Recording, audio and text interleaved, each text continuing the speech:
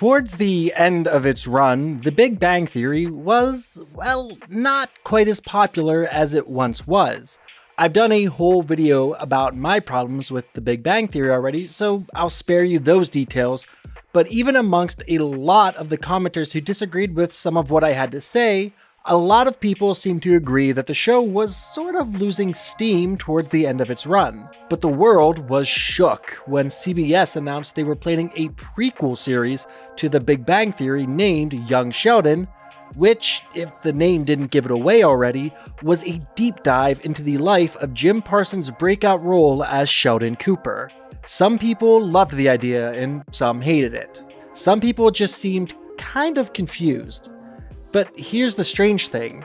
In a lot of ways, Young Sheldon rescued The Big Bang Theory. Again, this isn't a video about what's wrong with The Big Bang Theory. You can go watch that and see where I stand on a lot of issues the show had.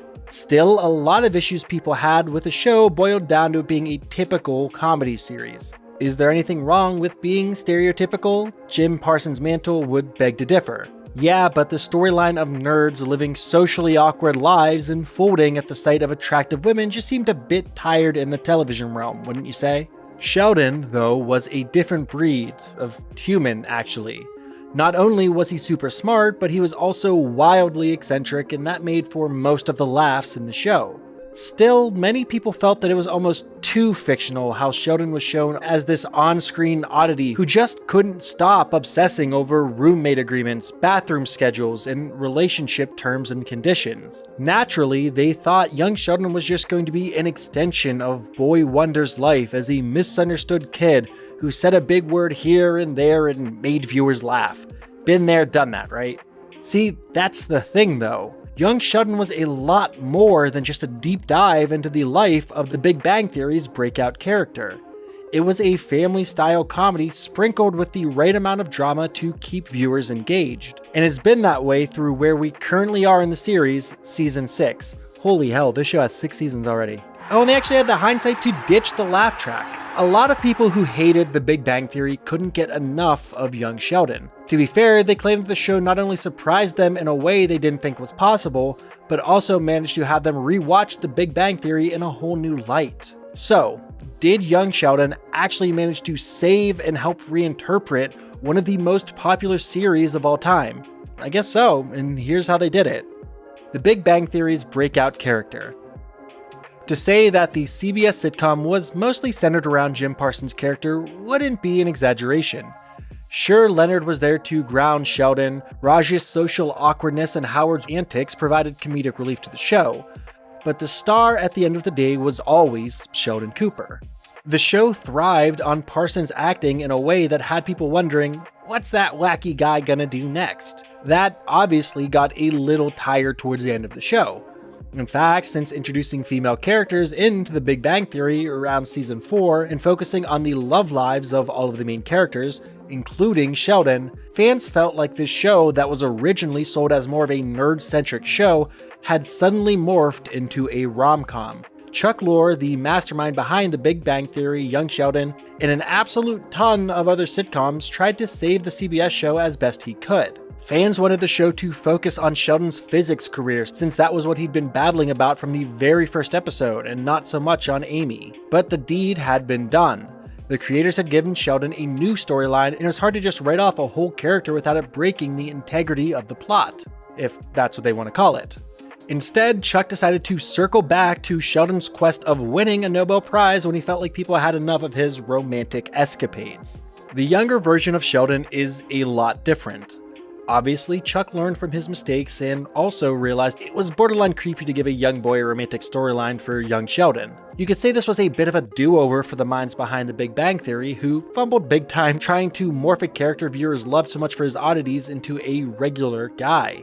Young Sheldon features the titular Young Sheldon, whose one and only quest is to become the biggest name in physics since Einstein or Newton. I mean, the kid has a picture of Albert Einstein hanging on his bedroom wall, and he talks to the German physicist's picture sometimes, asking for advice. And it's like not even that picture of Einstein with his tongue hanging out. And on the surface, that could be enough. Just play a laugh track in the background and slap on a sitcom title and call it a day. But the moments he talks to the poster of Albert Einstein aren't always meant to be funny. That's another difference between The Big Bang Theory and Young Sheldon. A welcome one, actually, and that's the fact that Chuck realized not everything needed to be turned into a joke. The different format. Young Sheldon isn't just about Sheldon.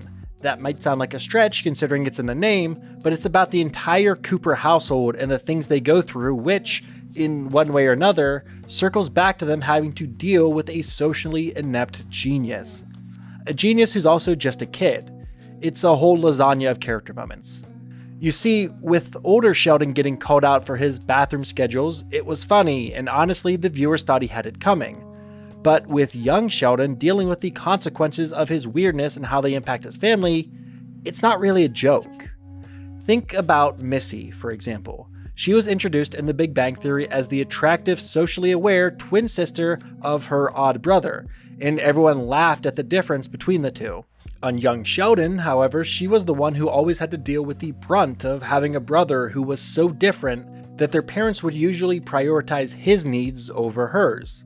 It's not as gloomy as I'm making it sound, obviously. She was tough and resilient and found a way to make a name for herself besides just being Sheldon's twin sister on Young Sheldon. But you have to understand that showing Sheldon as a kid meant highlighting how his family navigated around him, and that wasn't always giggles all the time. Georgie's next. He was the twins' older brother and probably dealt with having the attention shifted from him to his brother when the twins were born. He dealt with it like a champ, working on his truck, finding a few jobs here and there, and dating some of the prettiest girls in town when he wasn't doing the first two. Still, you could see his frustration come out from time to time, and it wasn't always a pretty sight. At the end of the day, both Missy and Georgie would come together to help out their little brother the best way they could. I'll give young Sheldon credit here too, because the episodes always ended with everyone else understanding that they had to be gentle with Sheldon, and him understanding that he needed to see the world that was outside of himself. Since we're already here and talking about Georgie, let's talk about another major storyline in The Big Bang Theory that's pretty much glossed over, but was much better explained in Young Sheldon. Why did the brothers hate each other so much? Probably a major downside of having the sequel come out before the prequel is that a lot of the major storylines are written off without viewers getting a deeper look into what actually happened. When Sheldon from The Big Bang Theory was making a guest list for his wedding, he was reminded that he needed to invite Georgie. The whole first half of that episode focused on Sheldon doing anything and everything he could to avoid seeing Georgie, and the second half focused on the brothers reconciling. Did they talk about what caused the rift between them? Yeah, but only for a minute. Georgie explained that after George Sr., their father, passed away, he was supposed to pick up the pieces with his devastated mother and sister, while Sheldon was off at college. He also explained that everyone tried their best to put up a brave front for Sheldon, because that's just what they'd always done. Still, don't you think that's a very summarized way of explaining why the two brothers didn't communicate with each other for so many years? Georgie and Sheldon went radio silent for all of The Big Bang Theory until that episode. I mean, no one even knew he had a brother. I can't really blame the show's creators a whole lot for this one though. Again, The Big Bang Theory couldn't really expand on this too much because it was a sitcom, and I'm pretty sure the sound effects guy was itching to play the laugh track the second Georgie was done talking. Great. But what about everyone at home who wanted to see more of it? Well, in 2016, CBS announced Young Sheldon, and this had people hoping they'd explain Georgie and Sheldon's relationship, plus a whole lot of others, a lot more than what they'd done in The Big Bang Theory.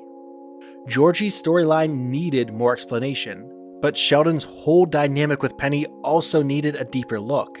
I mean, the guy who couldn't stand certain toppings on his pizza somehow became best friends with his wacky neighbor from across the hall who stood for everything he was against.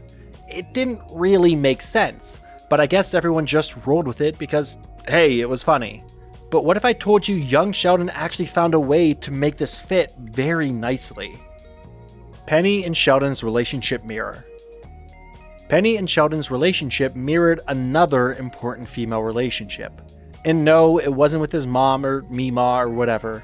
You'd think that a guy who valued his personal space over anything else would be the absolute last person to share a friendship with someone who was always in everyone else's space. And no, I don't mean that figuratively. Peggy was the attractive blonde girl from across the hall introduced in the first episode. She's Leonard's never-dying love and tends to fall in line with the dumb blonde trope. But what was relatively surprising was how her character morphed into a sister-like role, often maternal too, for Sheldon. Penny's whole story arc was limited to her relationship with Leonard for a huge chunk of the first few seasons. Fans love seeing the two in a will they, won't they, and why are they kind of relationship. But you know what they loved even more? Her friendship with Sheldon. From being an extension of Leonard's life that was forced into Sheldon's when the Leonard-Penny relationship was finding its footing, to genuinely becoming Sheldon's major confidant, fans loved seeing the two of them together. But why was it that Sheldon let his guard down so much when it came to Penny? You have to remember there were other female characters on the show, and sure, his relationship with Amy was something else, but he couldn't really be himself with her toward the start either. What was so special about Penny? One half of the Big Bang Theory's audience probably didn't think too far into it. It was a sitcom after all, and they rarely needed a reason to do what they do. Another was waiting for a big dramatic reveal that Sheldon was secretly in love with Penny. I mean, I think it's gross now that I've seen young Sheldon because it's pretty obvious his relationship with Penny mirrored his relationship with Missy. In many ways, she's just like a young Penny. Ever so adventurous, a social butterfly, and always ready to call out Sheldon on his antics when it looked like no one else would. The Big Bang Theory placed a storyline into the show and expected us to roll with it, and we did. It wasn't until anyone actually started to think, why were they such good friends, that they realized just how odd Sheldon and Penny's friendship actually was. It was one of the Big Bang Theory's biggest kind of plot holes many viewers were too afraid to put too much thought into. They just feared the execs at CBS would turn it into a love triangle or a complicated storyline. Let's just stick to the laughs, guys. Young Sheldon had an entire plot written for it from day one thanks to the many plot holes left from the Big Bang Theory. The show was able to capitalize on Sheldon's many oddities in the prequel series. I'm sure you're all waiting for more information on the weirdest thing older Sheldon did. Well, wait no more. The origins of the roommate agreement. Every major relationship that Sheldon Cooper had on The Big Bang Theory started off with a signature. The very first episode on the CBS sitcom introduced us to a concept we wish we'd come up with, the roommate agreement. It was one of the most hilarious things that Sheldon did. So Sheldon wanted an agreement with Leonard that would cover every base. And truly, the genius physicist made sure he incorporated anything and everything that had to do with living together in that agreement. In later seasons, he even drafted a relationship agreement with Amy. Plus, he worked on a relationship agreement for Leonard and Penny too. The guy loved making contracts and agreements and setting up terms and conditions. It was one of the more endearing things about him. Still, weren't you ever curious as to why he was so meticulous when it came to making lists? The Big Bang Theory wrote it off as just another one of Sheldon's antics. Young Sheldon, on the other hand, gave us the origin story. You might have noticed how older Sheldon talks as little as he can about East Texas. He'll sing like a canary when it comes to the laws of motion in the space-time continuum, but he won't really talk about his college life. Well, as per young Sheldon's storytelling, we found out that he was miserable at college. Hey, his family might have dealt with him because they loved him, but almost no one at East Texas Tech had it in them to let him go around doing what he wanted. When it came to building his database, that's when they really upped the antics and attempted to stop the boy genius from achieving the greatest feat of his young scientific career. Anyways, contracts and agreements, yes. So, when the administration at East Texas Tech tried to take away his accomplishment on a technicality, young Sheldon realized he needed to be more thorough. Not just more thorough actually, but as thorough as humanly possible. That's why he loves making agreements and why they're always so thorough. He's been burnt once and he's not willing to go through it again. Despite the fact that young Sheldon was handed a television golden goose with a well-established main character, existing plot lines, in a realm audiences wanted to discover, they took their sweet time to ease everyone into one of older Sheldon's wild stories from his time back home. It was a good thing, actually. Young Sheldon took things one step at a time. I'm pretty sure everyone waiting for young Sheldon to make it onto screen knew in their heart of hearts that Sheldon would be skipping a couple of grades and enrolling into college a lot earlier than most people. That was a given, and so were a lot of things older Sheldon mentioned over the course of the Big Bang Theory's run. Like we knew that his parents had their fair share of issues. Okay, so here's where a lot of young Sheldon viewers started scratching their heads because while Mary and George Cooper had their fair share of problems, it seemed like Sheldon had exaggerated a lot of them. For a minute there, many fans believed that Chuck might have broken the canon on his own franchise. Yeah, well, I'm here to tell you he didn't. In fact, he did something people in the television world need to do more of. He took things slow.